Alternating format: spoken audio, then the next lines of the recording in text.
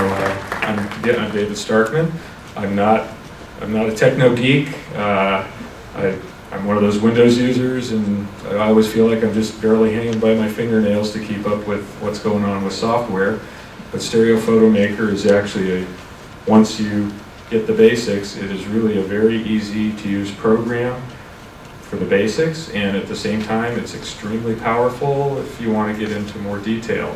I'm not doing the advanced class, there are a lot more things it'll do, but I think the most important thing, I've changed the class since my first time I've taught this, because the most exciting thing to me about what StereoPhoto Maker will do is it'll take digital images or scanned images that you've converted, slides to digital files. It'll take your rights and your lefts, and it can align them automatically, and you can do them in batches. So if you shoot a couple hundred pictures the last couple days while you've been here, and you can then get them all automatically aligned, ready to view while you're sleeping. So I think that's pretty exciting. So let me sit down here and get things started. And oh yeah, the program itself, you notice the last workshop was Stereo Data Maker. If it sounds a little similar, the same guys are responsible. It's I don't have their names, but it's Masuji Suto in Japan and David Sykes in the UK are the collaborators who have provided this free. I wrote to Masuji once and said, a lot of people want to say thanks, etc. He says, I did this for myself. If other people enjoy it, I'm happy. He doesn't want money. He doesn't want anything. And at the same time, they're updating it all the time. The version that I'm using today, I think it's 3.23. I just downloaded a few days ago. I don't know how long that's been on there, but keep checking it. They're always adding updates. The program itself, you don't really have to, I've got some web pages here, but the main StereoPhoto Maker website, that's a long, not easy to remember web address. You don't have to write it down. If you just remember that StereoPhoto is one word and Maker is the second word, if you just Google it that way, StereoPhoto and Maker, the site where you can download the software is the first one that pops up on Google. And if you want to see what else they offer, the second site that pops up on Google is all the other software that they're offering. So don't memorize it, don't write it down. Just remember StereoPhoto as one word and Maker is the second word. And it's also a very small program. I forget exactly, it takes up like, kilobytes or something. It's really, really small. You can easily have it on a thumb drive and move it from computer to computer if you want. Let me get, let's see if, so let's just start by getting to the program itself.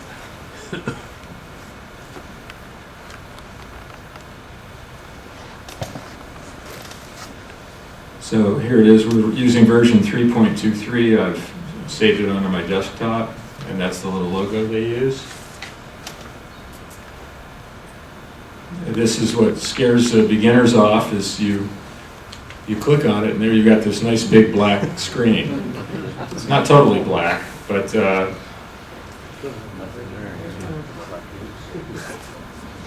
before I even get to that, I'm ahead of myself. How many people are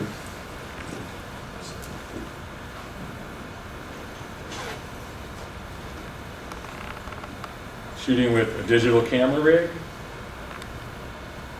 And how many are thinking of shooting with a digital camera rig? Especially after the last class, you can see for under $400, you can get yourself started in a synchronized digital rig. And even if you're not shooting digital, if you have a way to scan your slides or prints, then you can bring them into your computer and you'll be able to use StereoPhoto Maker for aligning those for either making prints, projection. There's a lot of output formats, and I'll be getting into that. But before you even start using StereoPhoto Maker, the important thing is the importance of file naming and housekeeping, because once you start shooting digital, well, even with film, but anyway, with digital even faster, you're going to be building up image files, etc. And one thing StereoPhoto Maker won't do is just automatically figure out where are all your rights and where are all your lefts. So the first thing, and this was an idea that's not mine, there was an article in the Journal of the British Stereoscopic Society, their journal, about this, and I didn't understand it at first, but I just did it step by step the way they suggested, and now I realize, of course, it's a very great idea. And what his idea was to take a folder and call it a template, and just name that folder template. I mean, you can name it whatever you want, but this guy suggested template, and in that folder, you're going to put a bunch of empty subfolders, and you can decide what would be useful to you. But here are some that I've chosen, and the important ones, you're going to need a right and a left. Those are your key files. These are places for you to later upload your images to. And I've also got some empty folders for later things. One is for aligned pairs for projection, color anaglyphs, half color anaglyphs, and a file I've decided to call ready to print. I like to make Thorpe format stereo prints that are 4x6 that can be printed by Costco for 17 cents for me, and those go into my ready to print file.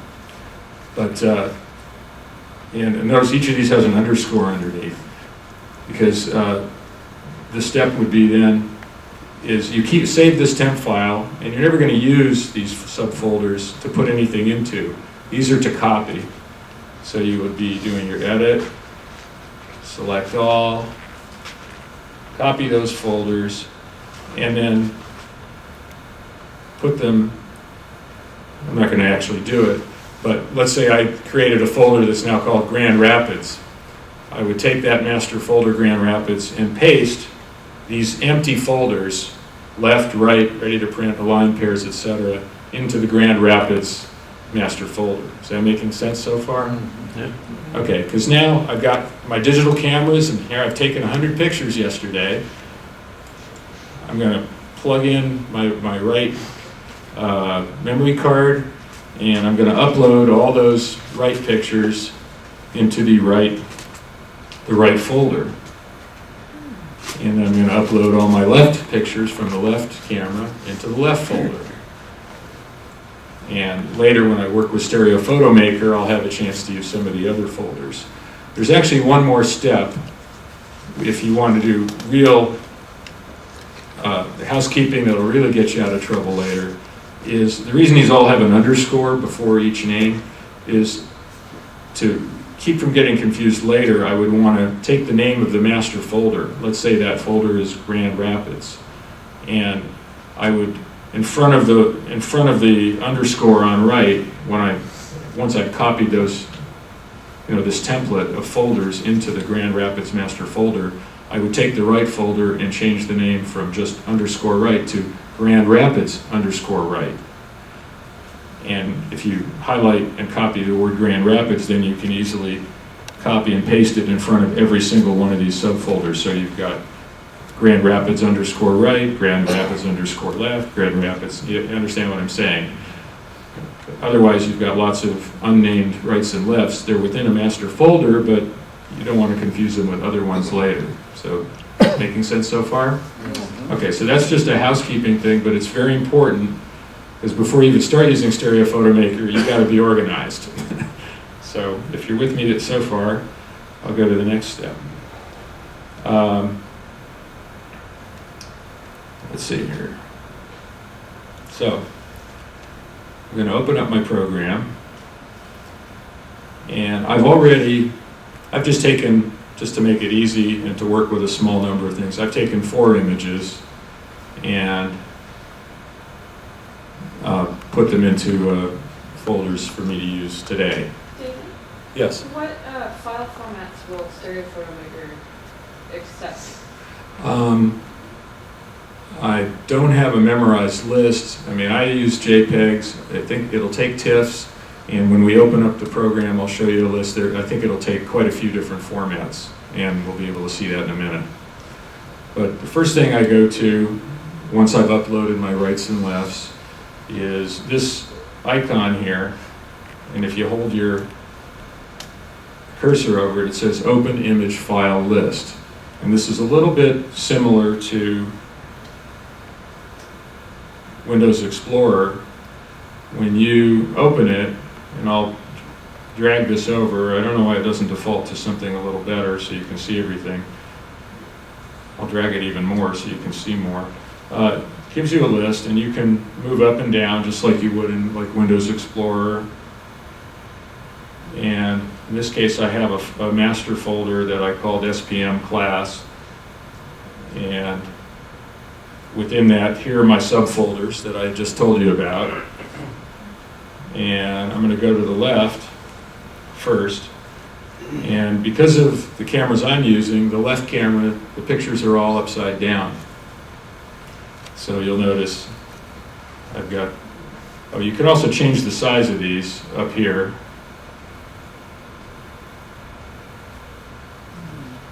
But for now, I'll stick to the large one. So my first step is I like to take my lefts, and this is a nice, powerful feature of the program, and invert them all. It's actually, so I do edit, select all, and they highlight, and then I can't tell you what EXIF means. I'm not a technical person, but it's apparently, an EXIF is a tag that's added to the information about data about an image that programs use or don't use to do things. In this case, we're using the EXIF tag, and in this case, depending on if your cameras were oriented sideways, you could rotate it to the right, to the left, or in this case, because my left camera is upside down, I'm going to invert. And it says, oops, I've set the orientation tag in 4 out of 4 files, and now you see it right side up. Now the original JPEG is still actually upside down, but StereoPhoto Maker is recognizing this EXIF tag, and it is turning it right side up at the moment. And it remains upside down until it's actually saved. But as far as the program is concerned, it knows it's going to take those upside down lefts and make them right side up. You with me so far? Now, another powerful feature. Up here it says instance. And I know I'm just sort of jumping in, but I don't know any other way to do this. If I open another instance, and I don't know where all this terminology comes from, it opens another column, and normally, because I opened it earlier, it goes to wherever you last were. If you haven't opened anything, it'll open it up at the C drive, whatever. But in this case, I'm close to where I was, and if I drag this over, well, this is also the left. So I'm going to go back over to this side and change this side to the right image. And I'm going to drag this back over. And the reason I'm showing you this is the important thing is I've batch changed the EXIF tags on the lefts to be right side up.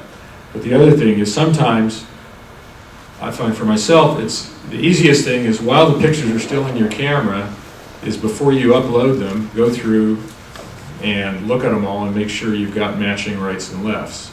However, sometimes we're in a hurry, sometimes we make a mistake, and you suddenly discover, I've got 99 rights and I've got 100 lefts. So the camera misfired, something happened, and you've got to have an equal number of rights and lefts, and they have to match. Well, depending on whether you can parallel view or cross-eye view, you can bring these up on the screen. And right now I've got the right on the right and the left on the left, but I could just as easily reverse that by, picking which is on which side.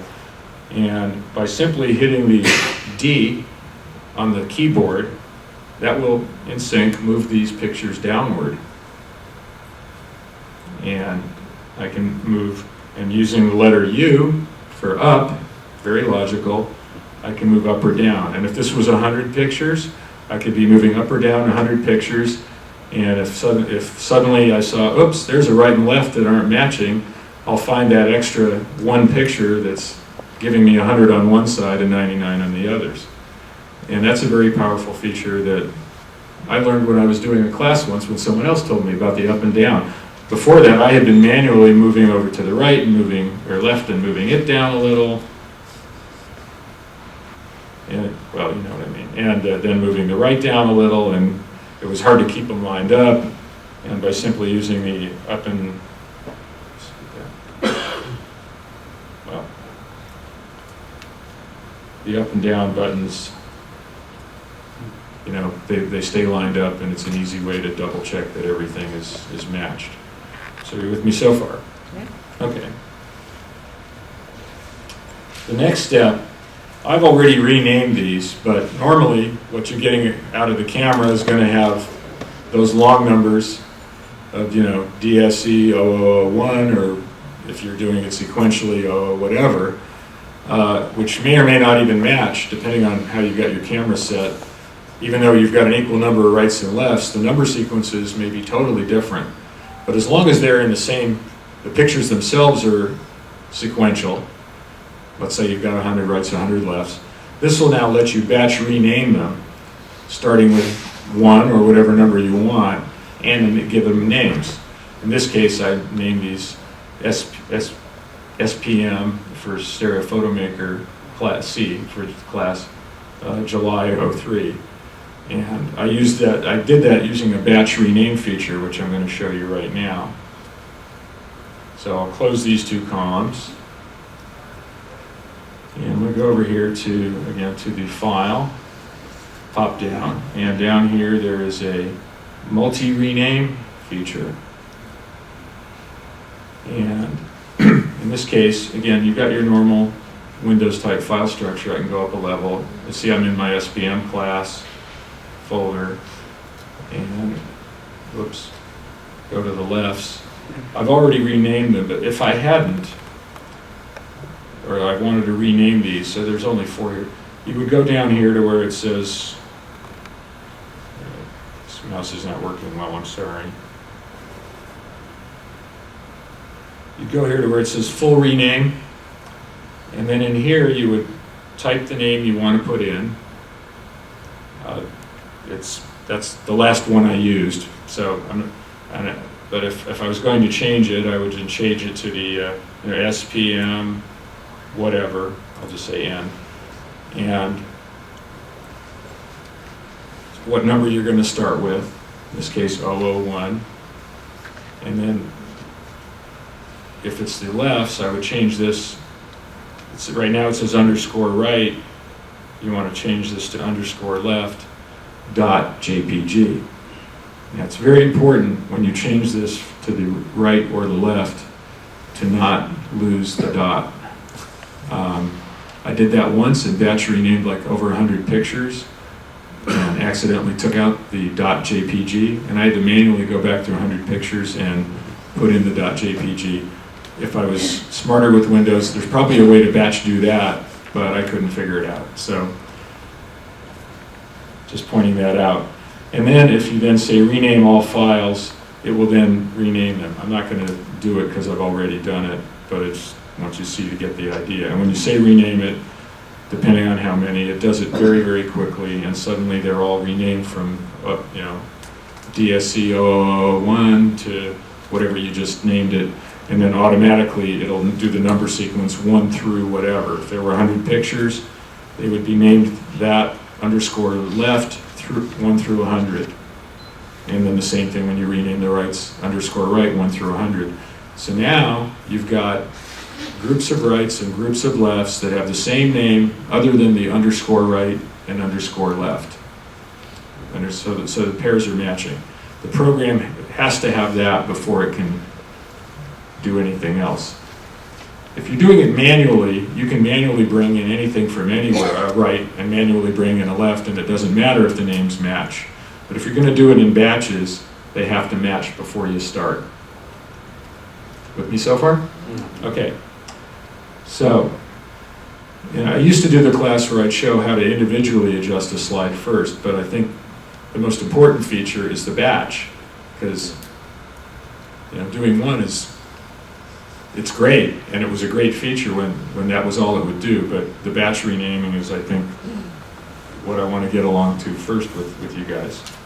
So, to do a batch alignment, you again go back to the file pop down, and that's called multi-conversion. So we'll go to multi-conversion, and you'll just have to take it from me that it always starts with the left. So you have to, well, in this case, it's the last thing I was doing, but let's say it wasn't. You would then go and find, in this case, under my SPM class folder, I would go to the left subfolder, and I've got my in this case, only 4 left images. And these are in individual folders. So you notice here it says input type.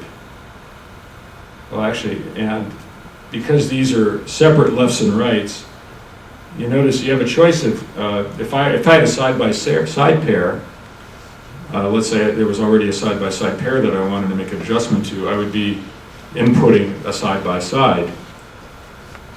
If somehow you had created a digital above-below, you could input that, and it would separate them out.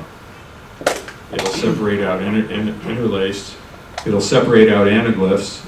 If they're black and white anaglyphs, no problem. With color anaglyphs, you'll lose the color, but it can actually strip out a color anaglyph and separate it into a right and left.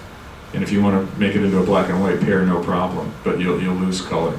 Just have to take my word for it, because I'm not going to do that today. But in this case, I have independent left-rights. And notice what happens when I click on that. Another little box pops up.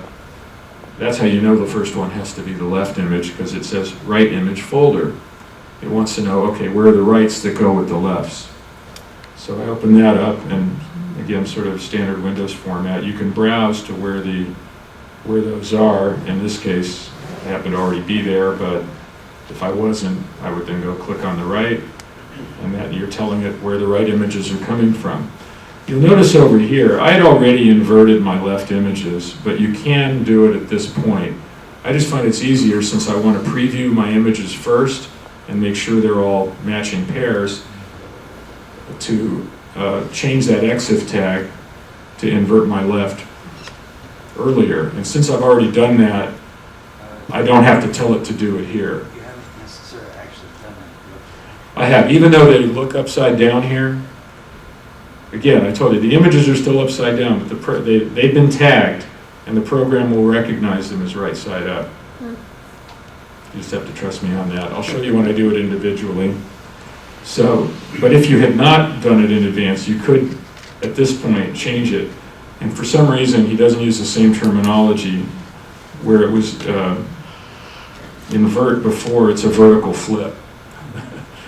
I wish he'd keep the name same in both places, but he hasn't. At any rate, let me drag this over. So you also then have a choice of your output. And some people like to take their right and left pairs and keep them separate when they output them. For me personally, I take my rights and lefts that have been unadjusted, and I want the adjusted versions, the ones that have been cropped and fixed and windowed, to be side by side. You can still work with those side by side pictures later, but that way you've got your pairs all together, etc. So I'm choosing to output them side by side, but these are all the choices you have of other ways you could batch output these. But I use the side by side as the basis. You always can take the adjusted side by side pairs and batch redo them again, and batch convert them all to anaglyph of all these of different types of anaglyphs. Batch convert them all to above-below pairs, or any of these other choices.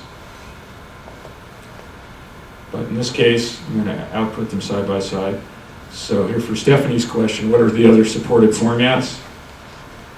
Bitmap, JPEG, JPS, I don't know what a PNG is, TIFF, GIF, And I don't never heard of a DAS, but anyway, those are supported formats. But I'm sticking with JPEGs. Somebody asked last time, I'd never used this, what compression is it using? You can choose that here. Right now it's 99 on the JPEG, but you can change that here if you wanted with the output file setting. Hey, you have a question? Yeah. Is there a StereoPhoto Maker document of any type that's created that remembers like the locations of these things, or is it really just a processing engine? I don't think, basically like a lot of programs, while it's open, it remembers the last place you were last time you used it. That's it. I hope that answers the question. So I'm going to go into auto alignment. I remember one thing I forgot, but I'll come back to it. But so if you want to do this automatic alignment, I go to click on auto alignment. I like to use auto color adjustment. I find with the digital camera, sometimes there's a little bit of a temperature difference, sometimes a very slight exposure difference between my right and left cameras. This will actually automatically, as long as they're not too extreme, it'll automatically match them. And I find my right camera tends to be more, well, notice when I click on auto color adjustment, it defaults to left as a reference. I find with my cameras, the right tends to be the one that usually seems to have the slightly better exposure, slightly more saturated, whatever. So I use my right as a reference. I'm not using anything else at this point. I'm simply going to, but you need to tell it where you're going to save them to. And again, down at the bottom, there's an output folder down here.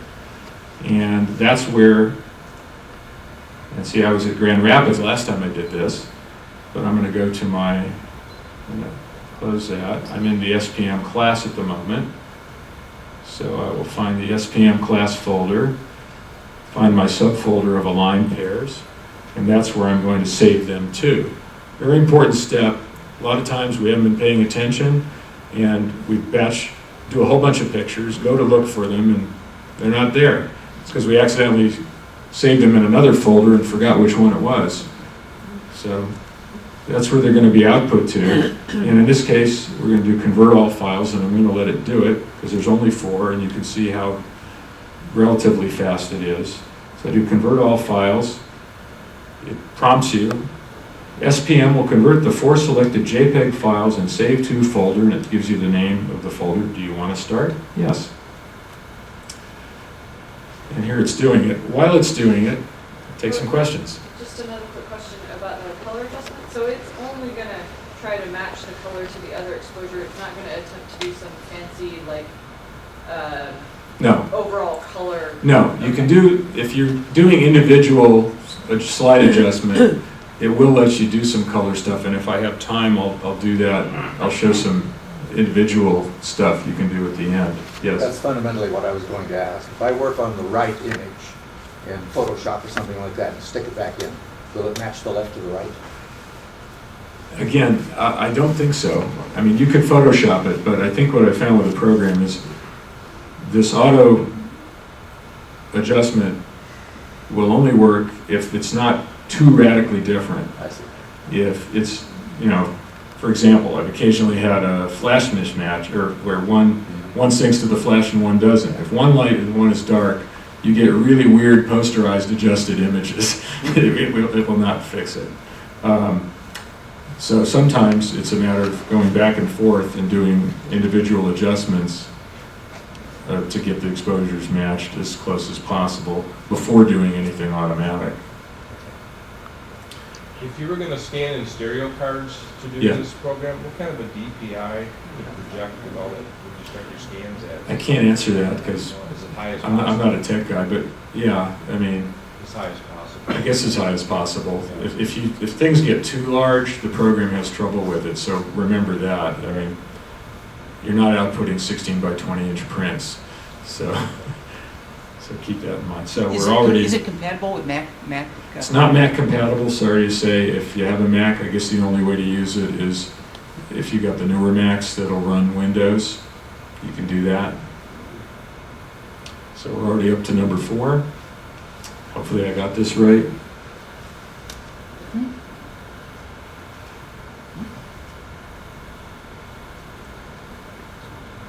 we're almost there. And for some reason, it gives you the total processing time in milliseconds. So let's go have a look at those.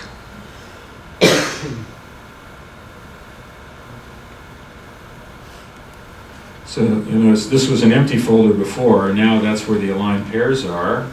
And if you could preview these, or I use like a Pocoscope sitting here at my little laptop, then I can sort of look at them again and see if the windows look good. And these are the 4 pictures now converted to side-by-side pairs. Just to show you, I didn't do this in the last class, but it's incredibly fast, so I just want to wow you with a little something. I could just as easily now go back to multi-conversion for an input, go to the aligned pairs that we just did. Now I'm inputting side-by-side images, and I'm going to output, just for the sake of argument, I'll do a gray, red, blue anaglyph.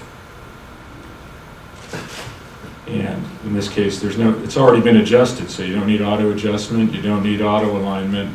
It's simply doing a conversion of the already aligned images to anaglyph. So I'll change the output folder to, well, I don't have a black and white anaglyph, but I'll go to half color. Wait a minute, let's just make this half color. Half color anaglyph, which I'll explain a little later. And I'll output this to the half color anaglyph folder. And you'll see how quick, and there's 4 folders to do that.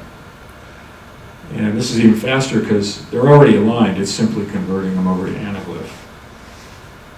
If the 2 original images are fairly discrepant, like some stereo cards that I've used are really not all that well lined up, will this work well? Yeah, if there's well, it'll align them. It will. Yeah, I mean, This is good for cha-cha photos. yeah, if you rotate it, it fixes vertical, horizontal, rotational errors.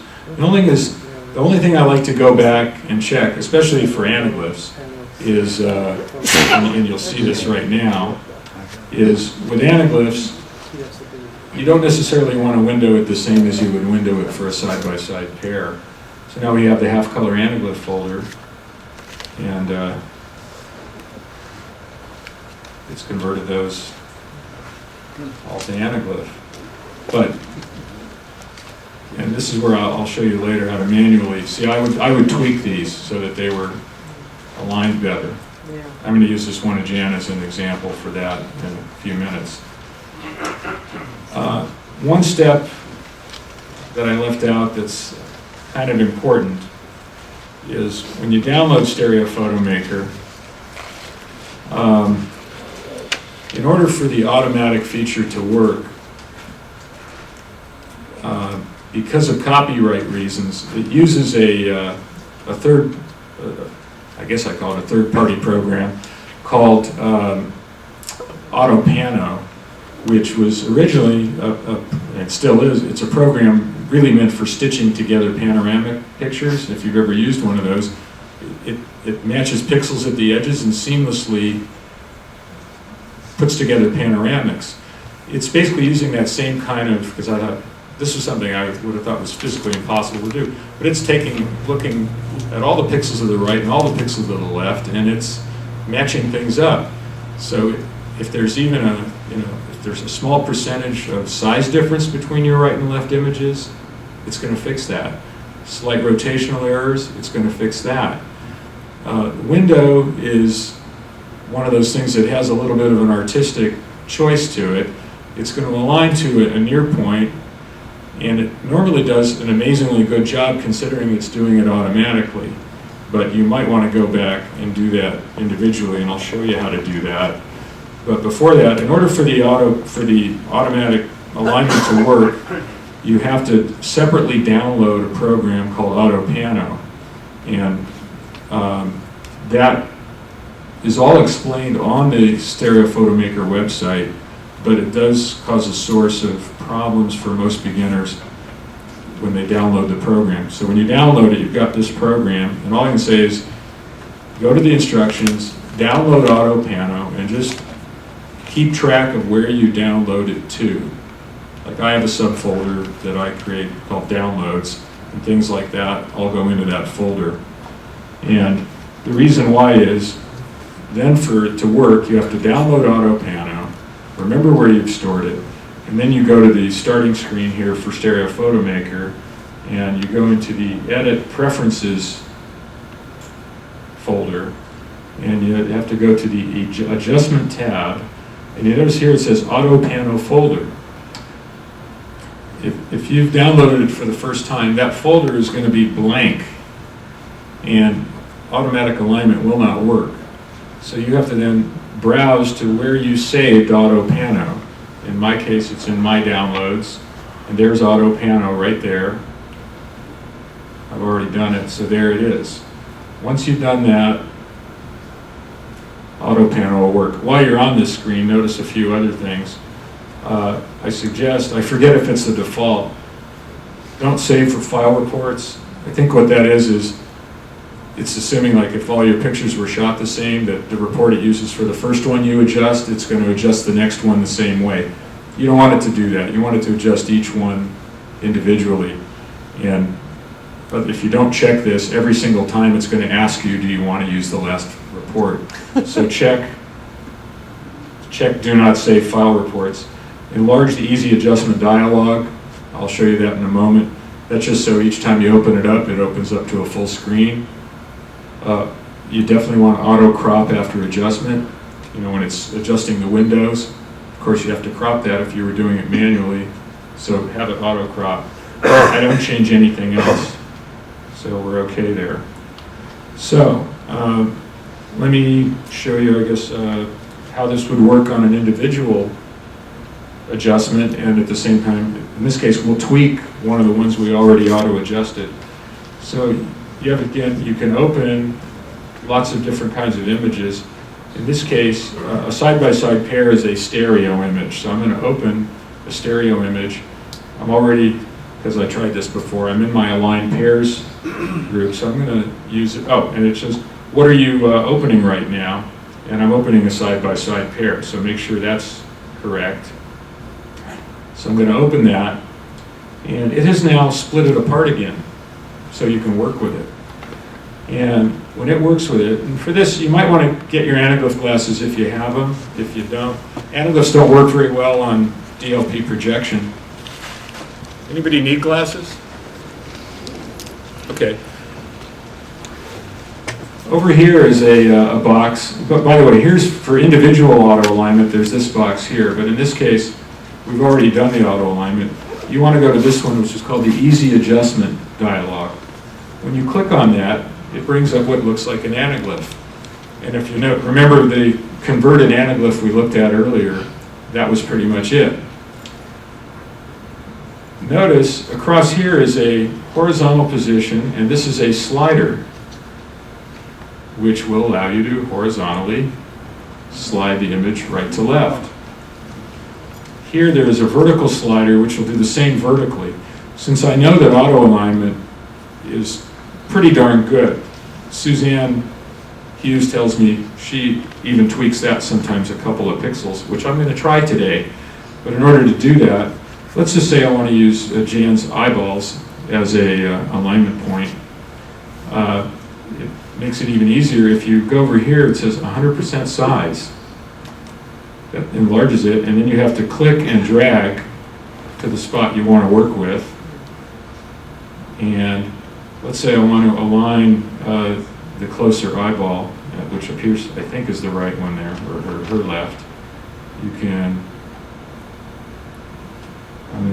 whoops, going the wrong way here. By holding and clicking here, I can get that lined up. And to be honest, vertically, I still don't see much of a difference. But one could click up or down to tweak that. And now my window, and then click on 100% and you're back. And if I was going to do an anaglyph, even though the glasses here might be a little through the window, I find I like to go more for the main subject in an anaglyph to reduce ghosting. This may be ghosting like a lot anyway because DLP projection is not as good as a computer monitor. On a monitor, this anaglyph would look much better. But that's not on an anaglyph we're saving. Then I say OK, and now that's the side-by-side pair re-windowed the way you just saw it. And then if I wanted to save over the old one or create a new one, I could say, I would just save the stereo image, and I'll just save over the old one. The glass, do you want to? Yeah. One other little trick, let's go back into the easy adjustment mode. Let's say the bar she's leaning on, I wanted to level, other things. You have dark backgrounds, it's hard to see what you're aligning on. This little button here, edge detection, converts it to that, so you can align on these outlines. Makes it a little easier if you have a difficult dark background kind of picture. It can be sometimes helpful to have a grid to work with. By clicking on Show Grid, it throws a grid onto it, and if you're going to do some rotation, that's very handy to have. Let's say I want to level the bar that she's leaning on. You notice down here it says rotation, and up here, by the way, it says link both rotations together. If you were doing cha-chas, you could individually, manually rotate the right and rotate the left by unlinking them. Auto alignment is a lot easier for doing cha-chas because unless it's real extreme, it's going to automatically do that. But if you were manually doing it, it's possible. Or if they were really extreme, you could use this first and then use auto alignment once you're a lot closer to do the final tweaking, because it's doing pixels, not eyeballing. At any rate, by leaving them linked together, when I slide either the right or left slider here, I'll use this part here, I can now start rotating it, let's say until that bar down here she's resting on is level with the grid. Okay. Well, gee, that's cool. You can also, it has image size too. Well, that's something I would never consider doing manually, but it does have sliders to individually increase or decrease the image size. So if you have inadvertently mismatched zooms or badly matched cameras, this could help. Is that done in Just your auto one? processing? Excuse me. Size matching is done in automatic. Again, if it's not too extreme. You said you didn't always like the window set with anaglyphs and side-by-sides the same, but did you just use anaglyphs to set your side-by-side window? All I meant is, the way it is windowed, I would set my windows differently for anaglyph versus side by If you wanted side. to change the windowing that it gave you, it sounded like you went into Well, anaglyph mode to do it? no, the Oh. easy adjustment mode presents itself as an anaglyph because that's the easy way to see it. When you save it, it's back to either side by side or anaglyph or whatever you want it to be. Let's say I want to crop this one too. Let's say I want to make a square. I just clicked on the cropping tool and just drag and drop that over and crop those together, and then be sure to fit it back to the window size. And I've cropped that. Sometimes when you do that, you might want to recheck your windowing. Let's get rid of the grid. And let's say, oh, I'd really be happier lining up on, her arms are a little bit closer. Let's line up on the edge of her arms. Okay, so I've re-windowed it a little. Moved her face back a little. I go, okay. And I'll save that.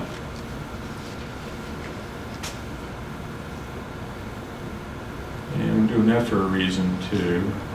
Because the next thing I want to show you is, let's say you want to be doing a pro show.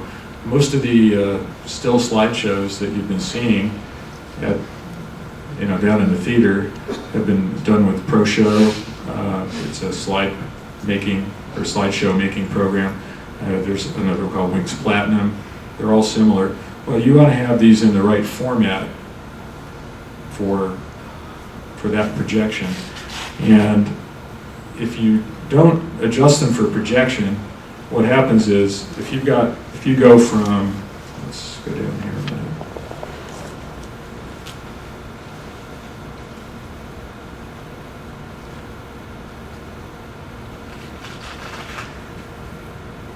If we go from that image, which has automatically been cropped a little bit because it's a close-up, to that image, which is probably has very little cropping because it's farther away, and same with this one. Whoops, I thought I saved that. See it as an anaglyph. Did I save it in anaglyph? My mistake. Let me fix that. So I want to use it as an example.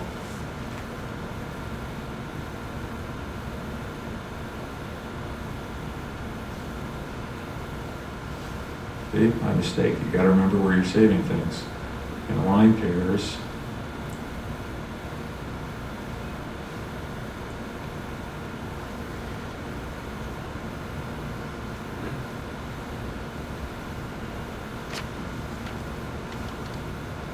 Better. All right,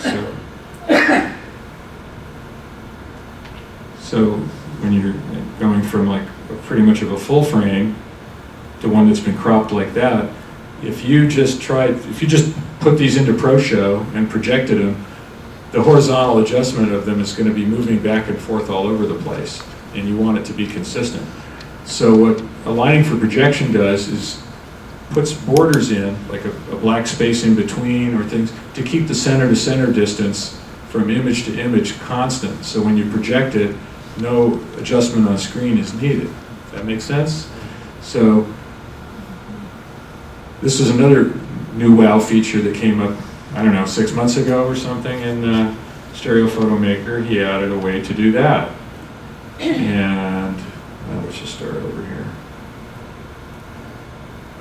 To do that, we go back into multi-conversion, and we're going to start with the aligned pairs that we've already done. And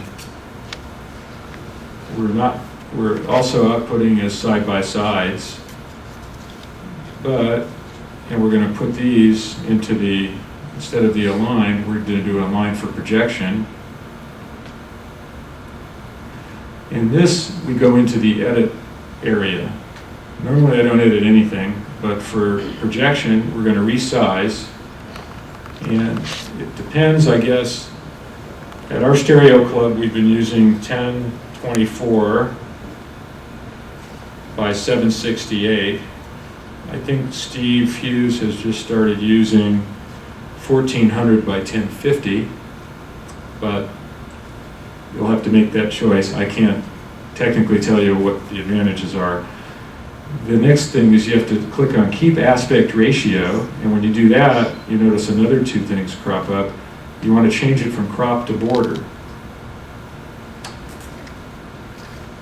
And again, keep track of where you store them. In this case, again, remember I browse to the Align for Projection folder, and we're going to convert all files. And again, there's only 4. They're already aligned. It's just adding in the borders, so you can see how fast it does this. While it's doing it, some people say, well, why not just do that to begin with?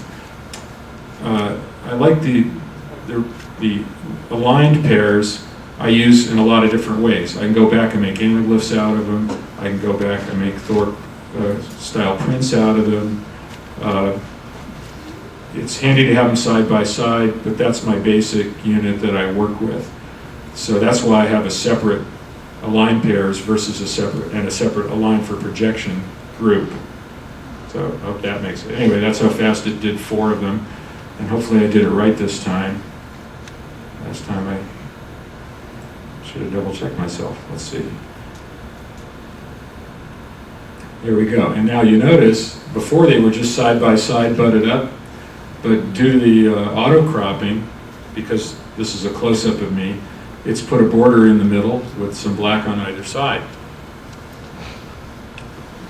Let's just go through them all. and on the next picture, a little bit. This one, virtually nothing, and the one of Jan, quite a bit. But when you're projecting them, this keeps the center-to-center distance constant so that it's not moving like this.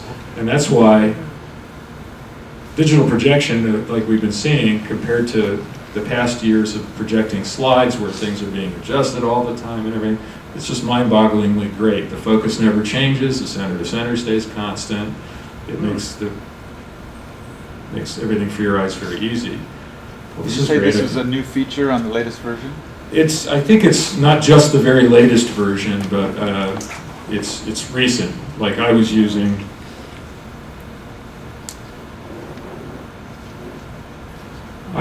version 3.2, and it didn't have it, and 3.23 does. So somewhere in there they added that feature.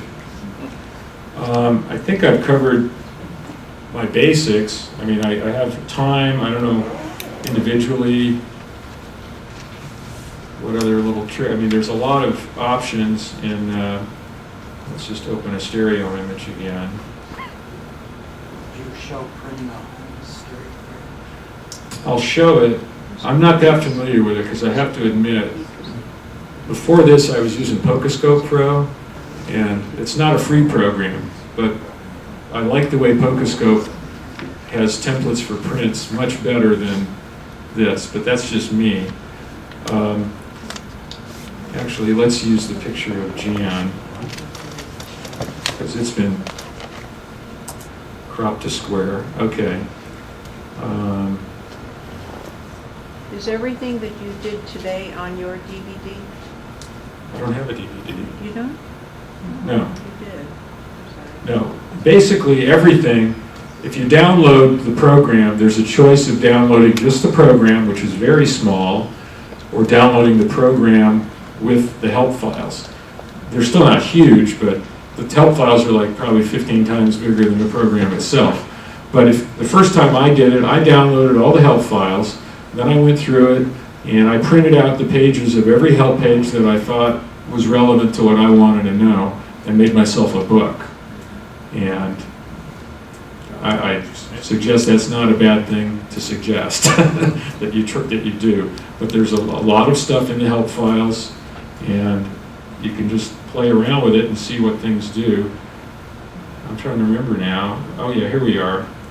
If you go down here to print stereo card, so you brought your pair in, click on print stereo card, and well, I haven't used this in a while. So that's looks like it says. I say I'm not familiar with this, so I'm only showing this, and I'm learning the same time as you because I haven't used this in a year or two.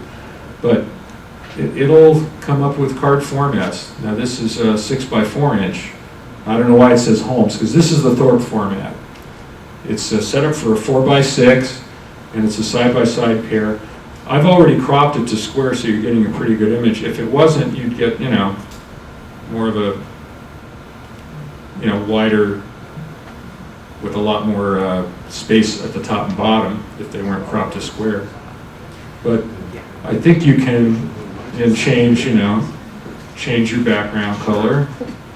Let's say I want some grayish Holmes color, and you can put in the title. The color you see on the screen up there is not anything like what you have on the laptop. It's maybe tiny there, but it now has her name up there, and description, which is even tinier, but you can change that, and a name. But there's a place to put a title, a description, a copyright and author name or whatever. You can change the font over here. And you can either print it, again, you'll have to play with this because this is not part of my normal class. This is getting a little more advanced. But you can set it to print, you can set a canvas size. Like if you're doing Holmes, I don't know why he calls this Holmes card.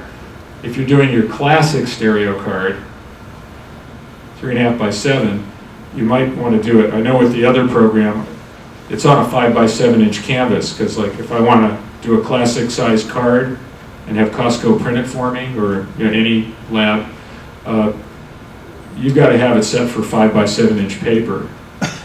And so I've got my 3.5 by 7 inch card on a 5 by 7 canvas.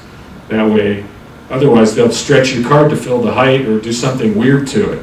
If you want it to be, the way you want it, that way I get my 5 by 7 inch print with my 3.5 by 7 inch card with whatever color background I want. And actually my preference is then I glue the whole thing to some cardboard, and then I trim away the white at the top and bottom to get my 3.5 by 7 inch card.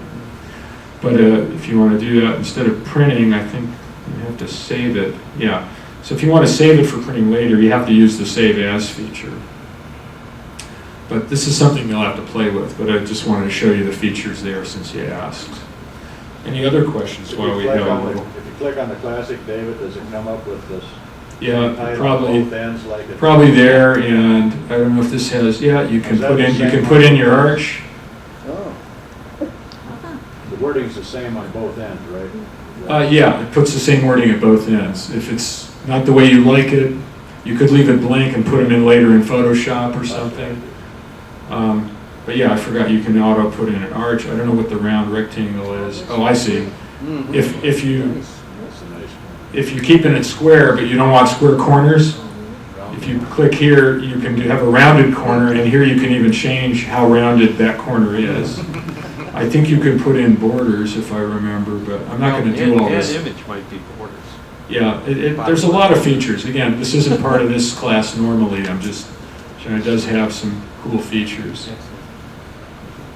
And again, I'm just used to using a different program for this, so it's not part of what I normally teach. But, so that's one aspect.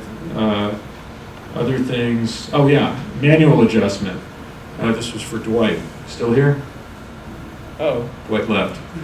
Well, you can go into a manual color adjustment, and here you want to make sure, and sometimes even automatic isn't exactly, see the average density here? I usually like to make sure they're the same, 1 to 68 and 1 to 67. Oops. Well, I forget, I think, anyway, you make sure those, but you can start changing these drastically. And if I wanted this to be a darker image, let's say I change that down to 49, then I'll just do this one to match. It's not Photoshop, but if you have a reasonably good picture to begin with, it may be all you need. Also an adjustment, there's an auto color adjustment, which cancel. It uses, again, the left as a reference, so if you like I don't know, on my monitor, the left one, I'll tell you on the monitor, that burning in of her cheeks and stuff, it doesn't look like that on the monitor. That's an artifact of the projection, or how it's set. But let's say on my monitor, my left one has just a slightly nicer color cast to it. So I would temporarily here swap the left for the right, click on, then do my auto color adjustment, and then swap them back.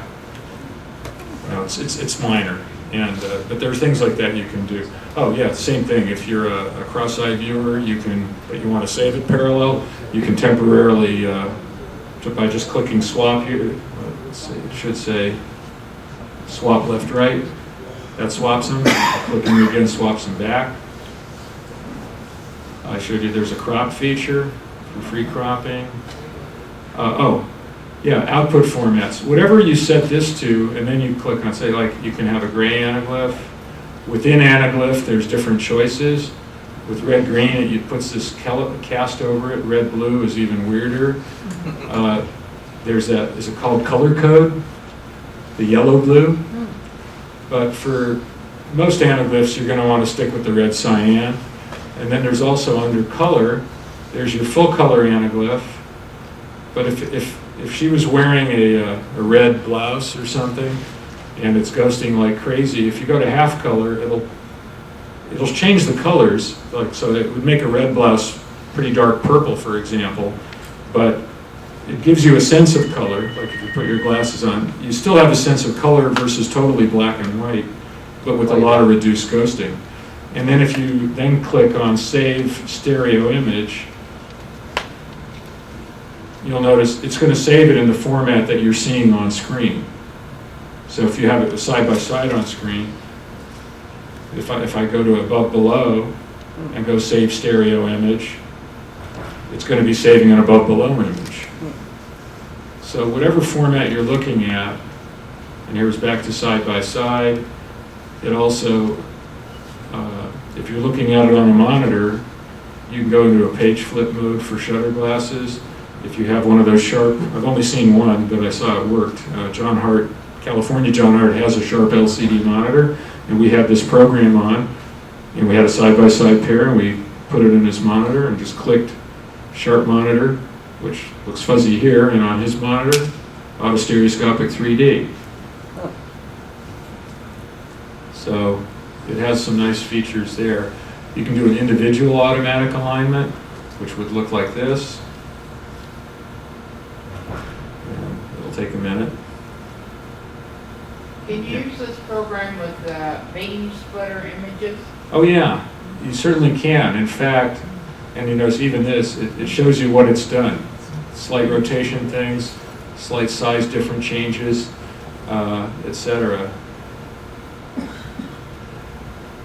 If you, well, I was going to, let's say, hold on, let's open a single image. We can go over time just a couple minutes. I saved a stereo card that I had, and just pretend this is a beam splitter. It's the same principle. With a stereo card, classic card, this isn't exactly a classic, it's quite a collectible. This is from Blade Runner. If you're taking a classic stereo card, the first step is trim away as much as possible of the, down to the image.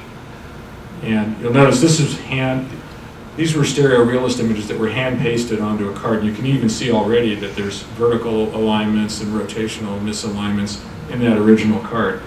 So we're going to, crop that. Why didn't it crop?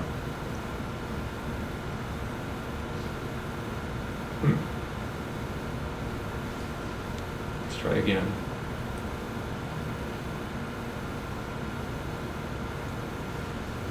Okay, and let's save that.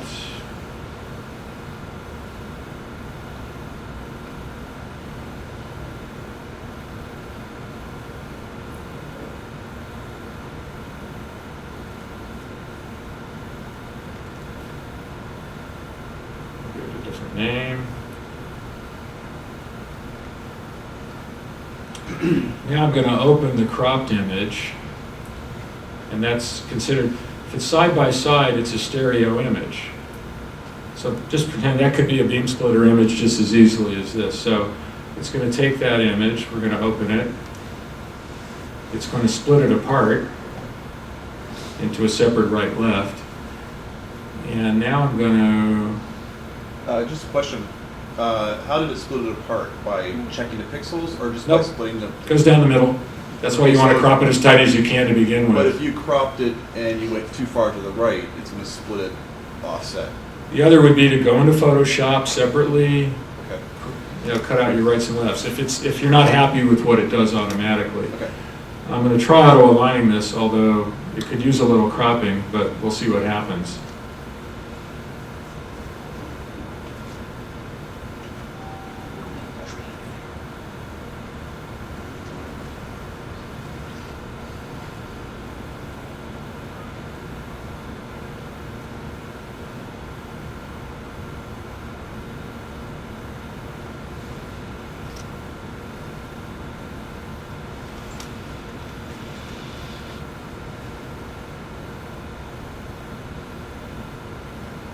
I'm not sure if the black borders are going to throw it off, but anyway, hopefully that's vertically better, and then I could go in and do a cleaner crop. And let's just look at it anaglyph and see how lined up that looks. And, you know, basically, but you're getting the idea that you can take stereo cards and even take old cards that have a lot of the slight size differences and problems that old cards have and fix them. And again, save them for projection. So, and same thing I find with beam splitter pictures. Like I used to use the L'Oreal for a while. I like to take those L'Oreals, crop them so you've got nice clean windows, put them in that Thorpe format, and then have them printed. And then you've got a nice border and a caption, and they're real nice. And it's easy to make an adapter for a classic Holmes viewer to put the 4x6 prints into. And the only reason I don't print more of the classic size is I can get the 4x6s for 17 cents, and if I want to go classic, it's 37 cents. So just depends how many you're doing and what you like. All right, I think I better end, or if there's a couple of questions, I don't know. Thank you, David.